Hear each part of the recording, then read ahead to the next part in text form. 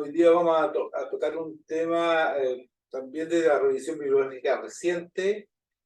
Nos acompaña el doctor Gustav Rode, neurólogo de nuestro hospital, y vamos a presentar un tema que podríamos llamar que interesa a la neurocardiología, porque la cardiología está muy implicada en los problemas de stroke, de accidente cerebrovascular.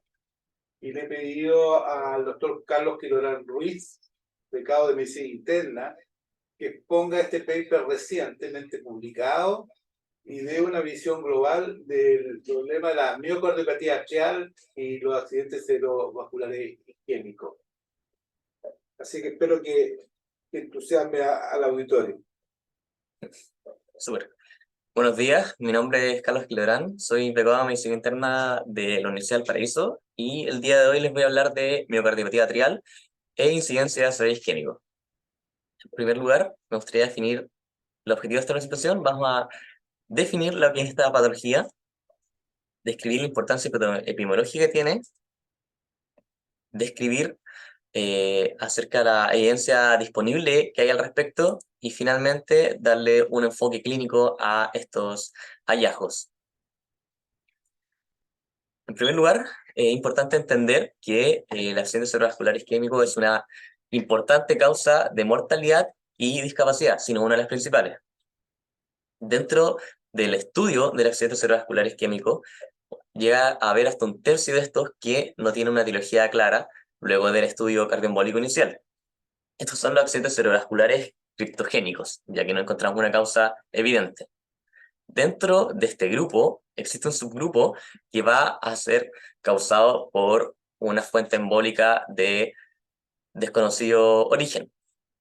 Y es por esto que al haber una incertidumbre tan grande acerca de la etiología del accidente cerebrovascular isquémico, es que nace la necesidad de estudiar predictores precoces de esta patología. Es así en que se plantean las siguientes preguntas. ¿Estos accidentes cerebrovasculares isquémicos de origen embólico son secundarios a una fibrilación auricular que no logramos diagnosticar? Lo que debemos hacer es ampliar el estudio de esta fibrilación auricular y en caso de que efectivamente existan estas fibrilaciones auriculares diagnosticadas, ¿existirá algún beneficio de tratar esta fibrilación auricular que sería subclínica dentro del estudio inicial?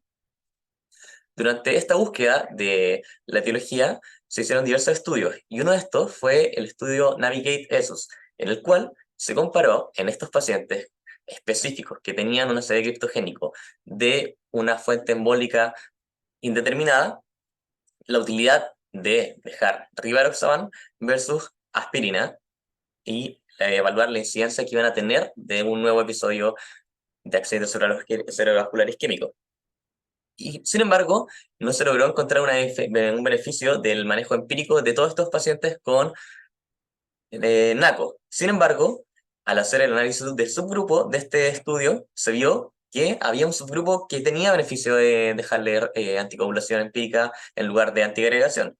Y estos eran los pacientes que tenían un evento embólico de fuente indeterminada y que además tenían una dilatación auricular. Es en todo este contexto en que se empieza a estudiar la miocardiopatía atrial y el beneficio que tendría eventualmente tratarlo o el riesgo que tiene de asociado por sí mismo la alteración de la aurícula al accidente cerebrovascular isquémico. Entendiendo esto, es importante definir esta patología y actualmente se caracteriza por una enfermedad que tiene cambios estructurales, bioquímicos, contráctiles y o electrofisiológicos que afectan la aurícula izquierda. Entendido el contexto en el que nos encontramos, no hay aún criterios diagnósticos consensuados para definirla. Sin embargo, la literatura que estudia esta patología, o los estudios que en el fondo están en curso, utilizan uno o más de los criterios siguientes para definirla, ya sea marcadores bioquímicos alterados caracterizados por un ProBNP mayor a 250, marcadores eléctricos definidos como una fuerza de la onda P en V1 mayor a 5000, o un aumento de tamaño estructural de la aurícula izquierda, ya sea por un índice o por una dilatación absoluta de la aurícula izquierda. Volviendo un poco a la fisiopatología, es importante entender que la fibrilación auricular y el evento y el accidente cerebrovascular de origen cardioembólico puede ser solamente la punta del iceberg de los procesos que subyacen a esta patología, ya que bajo esto tenemos una aurícula enferma, la cual está afectada por múltiples fenómenos, ya sea remodelación de la aurícula, una insuficiencia cardíaca, inflamación crónica, alteraciones cardiovasculares crónicas, ya sea hipertensión, diabetes, obesidad, la edad. Todo esto van a generar una enfermedad auricular, la cual puede en sí mismo ser un factor de riesgo o causal de la fibrilación auricular, empeorar con la fibrilación auricular o ser en sí mismo la causa del evento tromboembólico. Es así que una vez ya establecido el contexto en el que nos situamos, vamos a pasar a analizar la revisión sistemática que nos trae el día de hoy a esta presentación.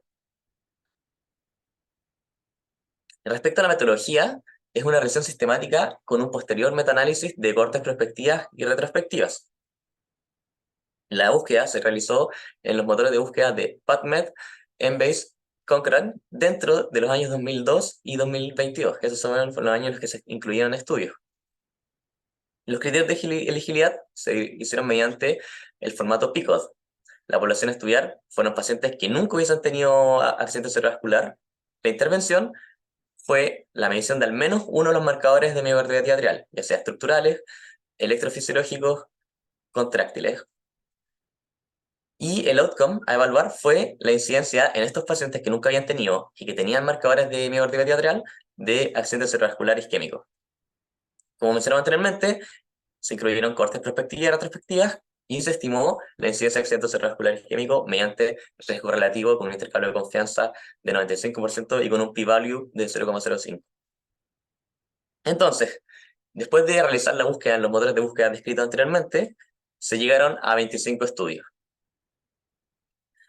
De estos 25 estudios, los marcadores de miocardiopatía ocupados fueron en 7 estudios electrocardiográficos, imaginológicos, es decir, de tamaño estructural, 2 estudios, biomarcadores séricos, es decir, el ProNP alterado, en 9 estudios, y respecto a la calidad metodológica de este estudio, se vio que solamente 6 tenían un riesgo de sesgo moderado, mediante la escala de Ottawa de riesgo de sesgo.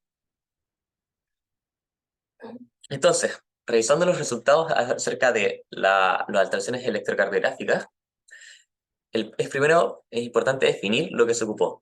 Y un valor muy utilizado en nuestra literatura y esta misma revisión sistemática es la fuerza terminal de la onda P en B1. Y esta es el producto de la amplitud de la deflexión negativa por la duración de esta misma deflexión negativa de la onda P. Y este valor alterado se ha visto muchas veces que está asociado a mayor riesgo de accidente cerebrovascular isquémico. Entonces, ¿qué fue lo que observamos en esta revisión sistemática? Vimos que el PTFB, por su sigla en inglés, estaba asociado a mayor riesgo de accidente cerebrovascular isquémico, tanto cuando se había alterado como valor absoluto, como si es que se ocupaba de forma cualitativa, con un punto de corte en 0,04, y que esto ocurría de manera independiente si es que el paciente tenía fibrilación auricular previamente o no. Es decir, el PTFB por sí solo tenía mayor riesgo de accidente cerebrovascular. Respecto a otras alteraciones estudiadas de la onda AP, se vio que la duración, en el fondo, el aumento de duración de la onda P por sí solo no se asociaba a mayor riesgo de ACV en este estudio. Y que, por otro lado, el área promedio de la onda P sí tenía mayor riesgo de ACV por sí solo. Respecto ahora a los marcadores estructurales estudiados dentro de esta revisión sistemática, el diámetro de la aurícula izquierda, como vemos en el funnel plot siguiente, incluyó alrededor de 88.000 individuos que tenían una aurícula izquierda alterada y se vio que en estos efectivamente también había un riesgo de ACV isquémico asociado al tamaño auricular. Por otro lado, respecto a los marcadores séricos de miocardiopatía atrial, específicamente el ProNP, se vio, al igual como pueden ver en este segundo funnel plot, que incluyó 85.000 individuos que también niveles más altos de ProNP tenían de manera directamente proporcional mayor riesgo de accidente cerebrovascular isquémico. Respecto a los marcadores funcionales, es decir, en este caso se estudió el estrechamiento, es decir, el acortamiento de las fibras de la aurícula izquierda, Solamente 3 coestudios de cohortes, con un total de 11.000 individuos, incluyeron este marcador de miocardiopatía atrial. Y se vio que a mayor estrechamiento es decir, capacidad contráctil de la aurícula izquierda, teníamos menor riesgo de ACV isquémico. ¿Cuáles fueron las limitaciones de este estudio? Como mencionamos anteriormente, solamente se incluyeron cohortes prospectivas y retrospectivas, es decir, fue un estudio una revisión sistemática de estudios observacionales, lo que nos genera la imposibilidad de establecer causalidad, es decir, no podemos determinar que, en el fondo, la miocardiopatía atrial es directamente la causa de este fenómeno, que es el ACV isquémico. Existe una amplia heterogeneidad entre los marcadores de miocardiopatía atrial ocupados en los estudios, es decir, uno ocupado en unos, otro ocupado en otros, lo que realiza más difícil sacar conclusiones directas de cada uno de estos marcadores. Dentro del estudio nos mencionaron muchos factores no confundentes, también esto es inherente al diseño metodológico que se ocupó, por ejemplo, la adherencia a tratamiento de sus patologías crónicas, los cambios de estilo de vida que ocurrieron después del primer evento isquémico. Y si bien se escribía que el outcome estudiado era la incidencia de ese isquémico, no se hizo una descripción detallada de cuál fue la etiología de estos ACV isquémicos que ocurrieron. Es decir, fueron embólicos, fueron lacunares, no está escrito en la revisión sistemática. Entonces, discutiendo respecto a estos hallazgos, tenemos múltiples marcadores fisiopatológicos, o sea, múltiples marcadores de miocardiopatía atrial. Sin embargo, no queda claro el sustrato fisiopatológico que subyace en la relación entre la miocardiopatía atrial y el evento de accidente cerebrovascular isquémico. Es decir, estos marcadores nos están mostrando una fibrilación auricular que no hemos logrado diagnosticar, o es que esta aurícula izquierda enferma en sí misma tiene en un estado de hipercoagulabilidad, disfunción endotelial, estasia venosa, que genera por sí mismo una enfermedad, un riesgo de accidente cerebrovascular isquémico. Por otro lado, queda la duda, ¿existirá algún beneficio de iniciar terapia anticoagulante en esta subpoblación? Y como hemos visto anteriormente en el estudio que generó toda esta discusión, en pacientes que tenían un evento embólico de fuente indeterminada, se vio que en este subgrupo tenían mayor beneficio de ocupar rivaroxaban versus aspirina en prevención secundaria de evento isquémico. De esta forma, también resulta importante analizar si es que tenemos estudios que estén actualmente estudiando, en el fondo, el beneficio de anticoagular a esta subpoblación de pacientes específica. Y actualmente hay 2 ensayos clínicos lateralizados, los cuales tienen el estudio Arcadia y Atticus. El estudio Atticus está enfocado en comparar el uso de apixaban contra aspirina en los primeros 7 días después del evento embólico de fuente indeterminada y evaluar la incidencia de accidente cerebrovascular isquémico mediante resonancia magnética al año. Y por otro lado, el estudio Arcadia está enfocado en evaluar también el uso de apixaban contra aspirina, en este caso en pacientes que tienen marcador de miocardiopatía atrial y que no tienen fibrilación auricular, pero están evaluando la incidencia de accidente cerebrovascular isquémico mediante clínica, es decir, no le da tomo una resonancia magnética a todos los pacientes, lo que genera un resultado muy distinto al estudio anteriormente mencionado. Cabe destacar que estos estudios todavía están en proceso y no han arrojado conclusiones categóricas hasta el momento.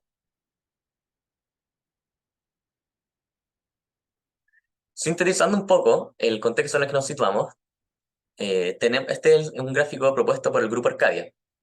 Tenemos un paciente que tiene un accidente cerebrovascular isquémico y le realizamos todo el estudio cardioembólico. Le tomamos un Holter, le hacemos un ecodoppler carotidio, le hacemos un ecocardiograma, le tomamos una neuroimagen. Sin embargo, como vimos anteriormente, mediante todo este estudio, vamos a llegar a que hay un tercio de pacientes que no van a tener una etiología clara, es decir, no van a tener una estenosis de grandes vasos, no van a tener un mecanismo cardioembólico determinado. Y posteriormente tenemos 2 subgrupos nuevos, en el fondo estos subgrupos, que pueden ser la causa. Los eventos embólicos de fuente no precisada y los infartos lacunares, los cuales no son el objetivo de la presentación de hoy, pero es importante entender que tienen criterios imagenológicos específicos de ubicación y de tamaño. Y en el contexto en el que estamos hablando hoy día, estamos en este evento embólico de fuente indeterminada y es el grupo en el que estamos analizando, en el que resulta tingente, pero cuestionarnos el uso de anticoagulación empírica es aquellos que tienen marcadores de microarritmia teatral, definidos como mencionamos anteriormente por ya sea una alteración electrofisiológica, ya sea una alteración estructural, ya sea una alteración funcional. Y en estos es importante, de acuerdo a lo que nos recomiendan actualmente estos algoritmos de los grupos que están realizando estas investigaciones, esperar hasta que tengamos una conclusión más sólida. Entonces, a modo de conclusión, es importante entender que la microarritmia atrial es un predictor de accidente cerebral isquémico criptogénico, específicamente de eventos embólicos de fuente indeterminada. Es una entidad heterogénea que no tiene una fisiopatología clara. Es decir, todavía no sabemos si es que esto nos está indicando fibraciones auriculares que no hemos diagnosticado o es en sí mismo un factor pro-tromboembólico. Actualmente no contamos con consensos diagnósticos para hacer el diagnóstico de esta enfermedad. Y contamos con 3 marcadores más estudiados, que serían eléctricos, estructurales y serológicos. Es importante que con esta evidencia resulta pertinente cuestionarnos las herramientas de estratificación de riesgo actual que tenemos. Es decir, el accidente cerebrovascular isquémico es una patología con elevada morbimortalidad y mientras más predictores de riesgo tengamos, mejor para nuestros pacientes para tomar conducta y tomar decisiones al respecto.